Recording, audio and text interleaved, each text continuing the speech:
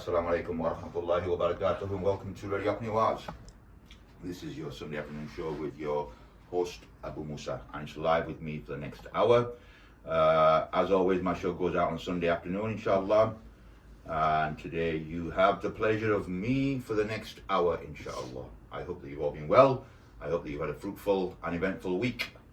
As you are all aware, we are now again going into a bank holiday weekend. One day tomorrow will be off. Most of us will be off school. Kids will be on holiday. And those of you that are working, besides obviously retail, because I know retail will be open, you'll be on holiday tomorrow. Do you have any plans? What have you got organised for the holidays this week, if anything at all? And as always, Radio News is broadcasted on digital radio. And if you want to get involved in any of the programs here, maybe become a sponsor, donate towards this good cause, then please contact Brother Shabir on the studio number, which is 01274 271 786. That's 01274 271 786. Inshallah, please get in contact with us and try to support this noble cause.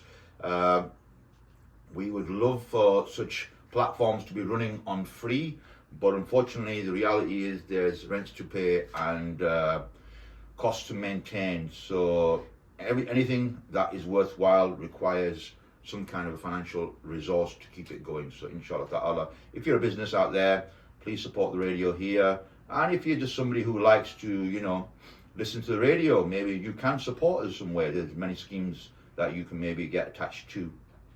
Okay, so I'm back on air again, and we have another hour of conversation, views, thoughts, and some interesting discourse, inshallah. As always, I will just introduce the show with a few news reports that I've come across this week in my short time reviewing some of the news that's been going on, and just maybe some thoughts about some of the things that have happened this week that I would like to share with you. Maybe some lessons can be drawn or some interesting points can be taken.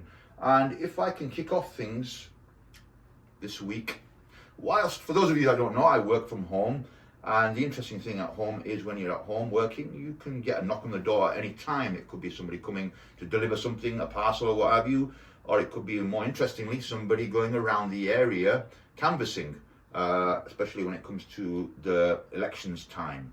And this particular day of the week, I forgot what it was. I think it might be the middle of the week.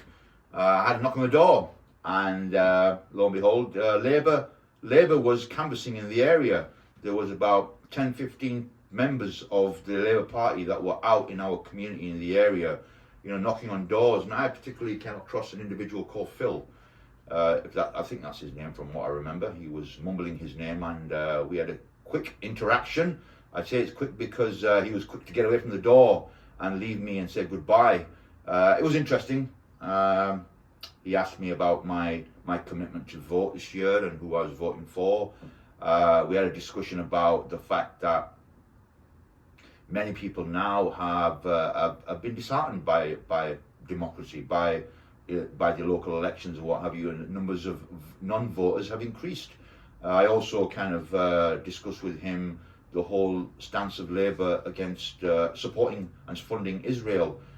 He whether he was being pragmatic or what, I don't know, but he turned around and said to me, I'm not a fan of the Netanyahu government, and I don't agree with what we are doing, blah blah blah. Maybe he was just trying to get my vote, but I asked him that, why has it taken, we as a Labour Party now, we're going to take a bit more of a harsher stance towards Israel and what have you. I said, well, no, you haven't, because throughout the whole couple of years of this war being going on, you've not stopped your support for the Israel state. You've not done anything to end any of your ties and treaties that you have with the Israeli state. And he tried to shift the conversation to something else very quickly and try to look at things more domestically and say to me, what's your concern with international politics? What about domestic politics here? I said, look, I think, Britain here likes to stand on the high moral ground. I said, look, when Ukraine went to war with Russia, you were quick to target and demonize Russia and show your support for Ukraine. But here you have a situation where it's blatantly evident what is going on, but yet you are trying to remain neutral in the whole situation. So no, I don't think, the politics in this country is a true representation of, no, not sort of true representation, but I said, I don't think the politics in this country has any moral compass anymore. You don't look at what's right and wrong. You look at more about protecting your interests.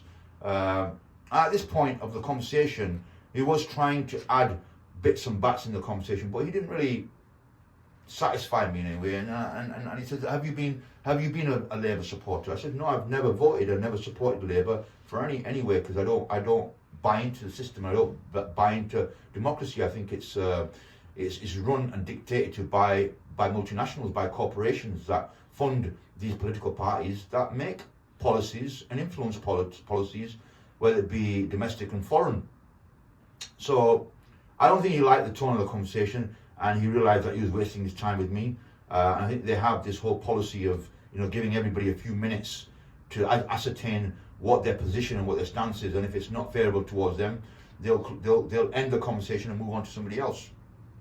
So that was my short interaction with the local politicians.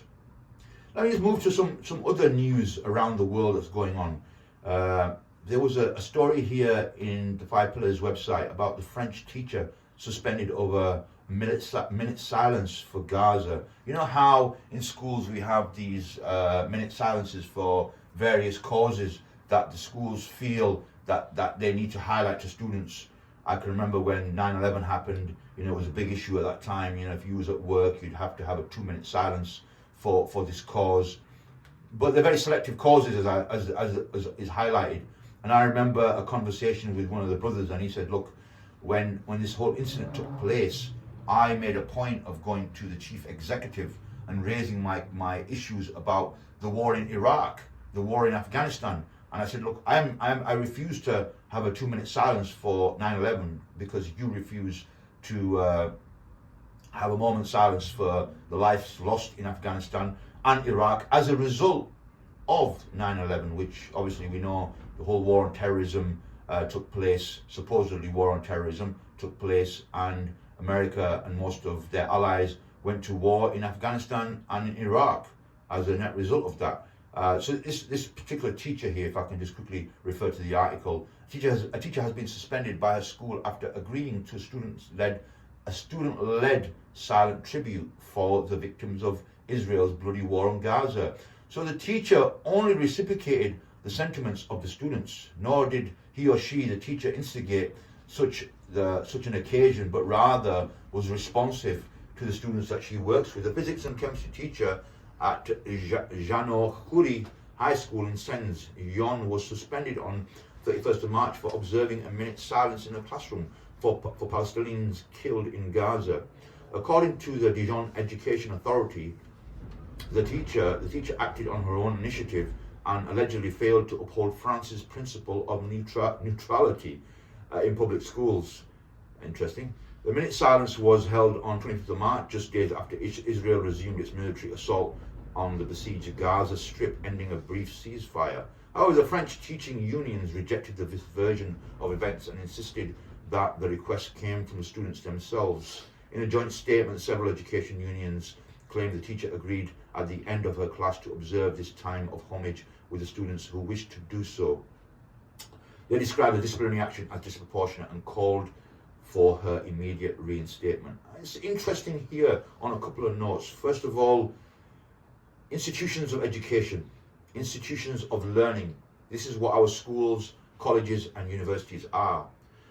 Institutions of justice and truth should be also one of the pillars of these institutions. But this day and age we find is quite the contrary, but because we know that these institutions are state funded and are state controlled. So whatever the state deems viable as a reason to do something, they will do it with their students. I can recall the primary school here locally where my children go. They had a day for Ukraine where kids were asked to come in the colours of the Ukrainian flag. But at the same breath, when the issue of Palestine was raised, there was no interest in doing anything for Palestine. So we can see a sense and a public opinion that is very anti-Islamic, because the sentiments of the West are never to support Islamic causes.